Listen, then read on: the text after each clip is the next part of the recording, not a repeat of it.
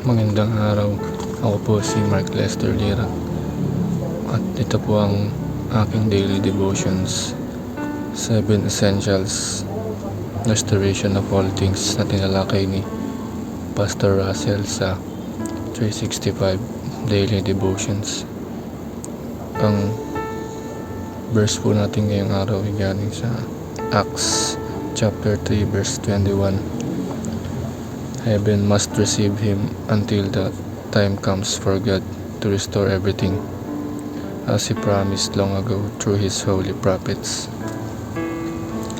Ang katuruan po ngayon ay galing sa The Doctrine of the Restoration of All Things.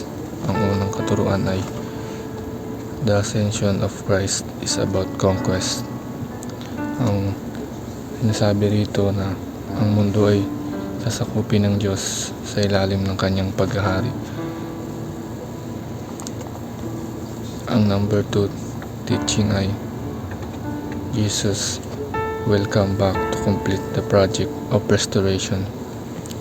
Ang sinasabi sa aral na ito ay babalik ang ating Panginoong Hesukristo para kumpletuhin ang pagbabago ng mundo na sinimulan niya sa una niyang pagdating sa ating mundo.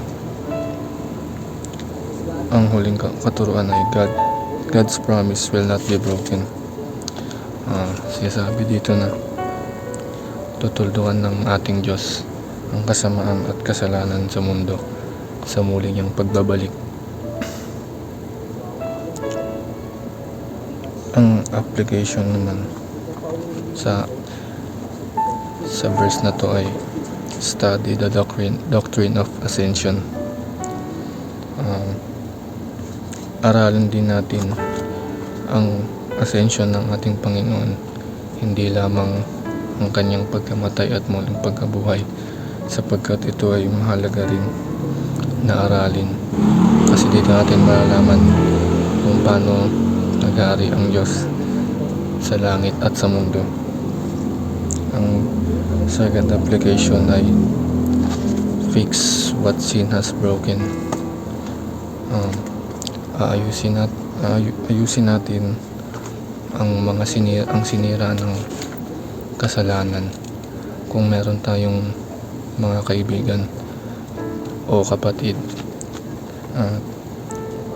ayusin natin ang ating relasyon sa kanila at huwag nating hayaan na sakupin ito ng kasalanan, kasi posible itong masira dahil sa kasalanan.